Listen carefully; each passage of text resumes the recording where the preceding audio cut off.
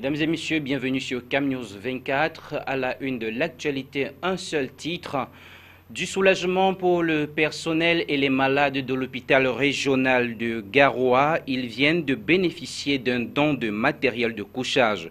L'opération Coup de cœur est de Sali Mamoudou, élite de la localité. C'est tout pour le sommaire, mesdames et messieurs. Bienvenue à cette édition complète du journal sur votre chaîne de télévision CamNews 24. À l'entame de ce journal, lutte contre le paludisme, l'hôpital protestant de la cité sikh à Douala a bénéficié le 8 juillet dernier de l'installation des moustiquaires imprégnés à longue durée d'action sur les lits des malades. Une initiative de CCA-SIDA, partenaire du développement et acteur majeur dans la lutte contre le paludisme au Cameroun. Le point, c'est avec Ghislain Congan.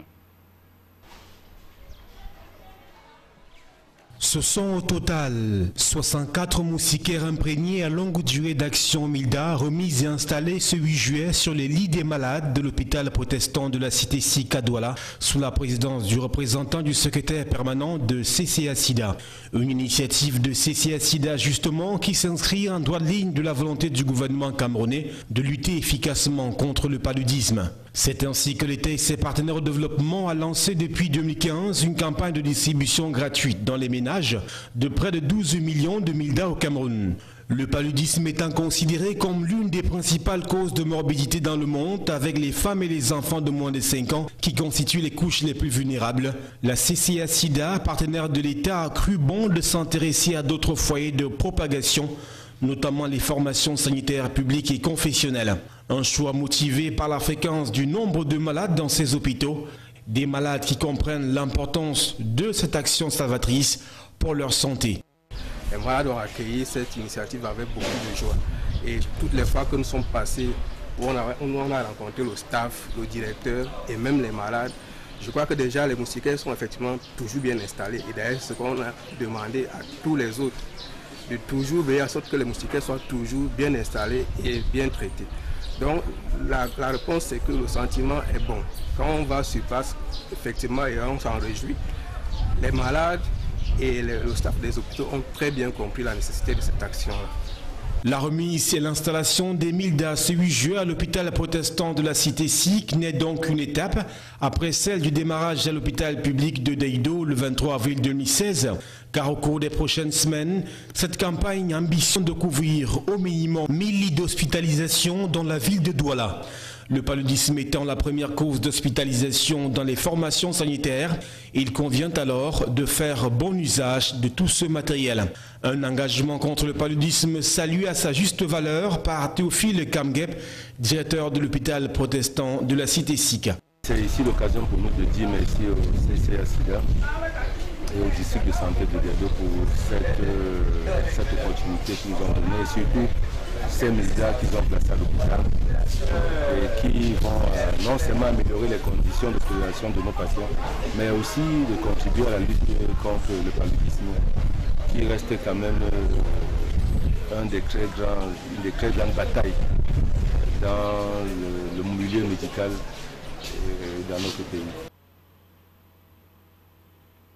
Toujours en santé, nous vous le disions en titre, coup de cœur de l'opérateur économique Sali Mamoudou à l'hôpital régional de Garoua.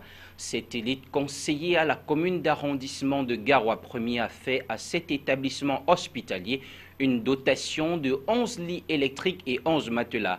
La cérémonie de la remise solennelle a eu lieu dans l'esplanade de la délégation régionale de la santé publique pour le Nord, en présence de Jean Abaté et Idi, gouverneur de la région. Colin Bécatal pour le reportage. 11 lits électriques, 11 matelas et 8 tiroirs de chevet pour un montant estimé à environ 30 millions de francs CFA. C'est le don que fait Sali Mamoudou à l'hôpital régional de Garoua. Opérateur économique et conseiller à la commune d'arrondissement de Garoua 1er, le donateur s'est servi de la dite commune pour la remise solennelle du package lors de la cérémonie qui s'est tenue dans l'esplanade de la délégation régionale de la santé publique pour le Nord en présence de Jean Abaté Edi, gouverneur de la même région. La qualité de cette literie augmentera sans doute la capacité d'accueil dans un cadre favorable à des soins de qualité. Si Jean Abaté Edi s'est dit satisfait de telles initiatives, Mohamedou Kaou, maire de Garoua 1er, quant à lui, a mis l'accent sur le bon usage du matériel en question. Vous savez que le rôle principal de la commune, c'est l'amélioration des conditions de vie des populations. On ose croire qu'avec ce geste-là, on aura amélioré les conditions de santé de la population à l'hôpital régional de Garoua. Soit utilisé à bon escient et que les malades puissent profiter de la dernière technologie qui est pratiquée ailleurs. Pour cet établissement sanitaire dont la dotation budgétaire de fonctionnement reste au tiers, l'offre vient à point nommé. L'initiative de Salim Mamoudou, il convient de le noter, s'ajoute à celle de l'honorable Mahmouda Ali qui, quelques années plus tôt, offrait 100 lits à cet hôpital. L'appel est ainsi lancé à toutes les élites du Nord en vue d'améliorer les conditions de vie des populations du Nord. Donc viennent à point nommé. Donc c'est vraiment bénéfique pour notre hôpital. Je l'ai mentionné dans mon propos que la literie, c'est-à-dire tout le mobilier de l'hôpital, laisse à désirer actuellement. Ce sont des vieux mobiliers. Donc ces lits viennent à point nommé pour remplacer certains qui sont déjà défectueux. Donc nous remercions beaucoup le donateur et nous demandons toujours qu'il dise merci demande encore. Une démonstration de l'utilisation d'un lit électrique a été présentée au public. Parlons de toute autre chose à présent, la détention de la double nationalité. Serait-elle une échappatoire pour les victimes de l'opération Épervier?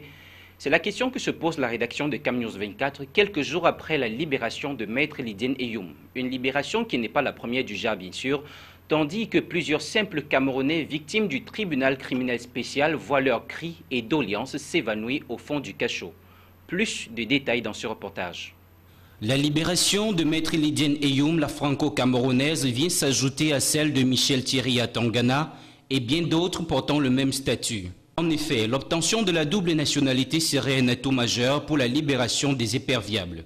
On en veut pour preuve le silence dans lequel demeurent les multiples requêtes des victimes de l'opération Épervier.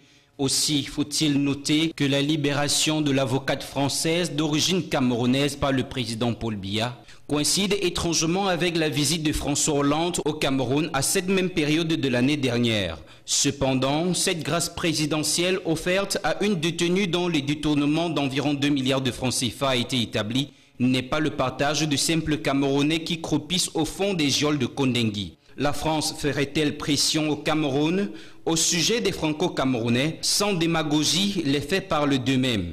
Il serait peut-être temps pour certains éperviables en cavale d'assurer leurs arrières sous le tissu bleu, blanc et rouge.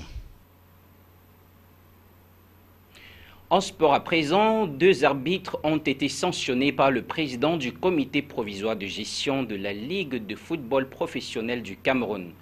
Zen-Luc et Olivier Hénaud, respectivement arbitres et arbitres assistants, sont suspendus de toutes les activités de la Ligue de football professionnel à titre conservatoire. Les 2 hommes sont accusés d'avoir faussé le résultat du match de la 25e journée qui mettait aux prises l'Union sportive de Douala à Yon Sport Academy de Bamenda. Un match finalement remporté par l'Union sportive de Douala, 1-0. Michel Ateba pour plus de détails. Juste 4 articles dans cette décision du président du comité provisoire de gestion de la Ligue de football professionnel du Cameroun. Monsieur Saint-Luc, arbitre central du match Union, Yon Sport Academy, du 6 juillet 2016 à Douala, comptant pour la 25e journée du championnat de Ligue 1, est suspendu de toute activité à la Ligue de football professionnel. Dans l'article 2, l'assistant Olivier Hénaud écope aussi de la même peine. L'article 3 rappelle la mesure conservatoire de l'acte posé par le général président Pierre Semongue. Mais cette partie de l'article indique aussi les raisons de la suspension. En fond de toile, on peut lire « Manquement à l'éthique » en attendant la fin des enquêtes initiées par les commissions d'éthique, d'homologation et de discipline. Les 2 hommes en noir sont mis de côté. La décision numéro 14, LFPC, PCPGL, 2016 arrive 24 heures après l'incident du stade de la réunification. À l'origine, le but refusé de Yon Sport Academy, presque aux ultimes minutes de la fin de la partie, pour un enjeu imaginaire. Quelques secondes plus tard, l'Union sportive de Douala inscrit le but assassin. Score de la partie, 1-0 en faveur de Nassara Gamakai. En page bonus de ce journal, de nouvelles recherches scientifiques ont permis des avancées considérables dans l'espoir d'éradiquer la poliomyélite. Plus de détails dans ce reportage. Pour la deuxième fois dans l'histoire de l'humanité, une maladie est sur le point d'être éradiquée. Après la variole, la poliomyélite, cette maladie très contagieuse provoquée par un virus qui envahit le système nerveux et qui peut entraîner une paralysie totale en quelques heures, pourrait disparaître d'ici 2018 selon les derniers chiffres de l'Organisation mondiale de la santé. La phase finale 2013-2018 du plan stratégique pour l'éradication de la polio prévoit de modifier le schéma de vaccination actuel en y incluant des doses de vaccins inactivées. Tous ces programmes de vaccination sont basés sur le vaccin OPV trivalent. Donc c'est un vaccin oral, atténué, qui a les 3 souches de polio, 1, 2 et 3. Le schéma va changer et il n'y aura plus qu'un vaccin bivalent avec les souches 1 et 3. Et pour se prémunir du risque de la souche 2, le schéma va inclure une dose de vaccin inactivé. Le but de ce nouveau type de vaccin, dont la distribution de masse vient de commencer, est de réduire au minimum les risques de contagion. L'instabilité engendrée par les conflits armés dans de nombreuses régions du monde est un grand défi, mais il n'est pas le seul. Selon l'OMS, le nombre de cas de poliomyélite a diminué de plus de 99% depuis 1988, passant de 350 000 à 74 cas notifiés en 2015. Mesdames et messieurs, c'est sur cet élément que nous mettons fin à cette édition de journal avec à la réalisation Gustave Canada. Merci de l'avoir suivi. Restez en compagnie de nos programmes.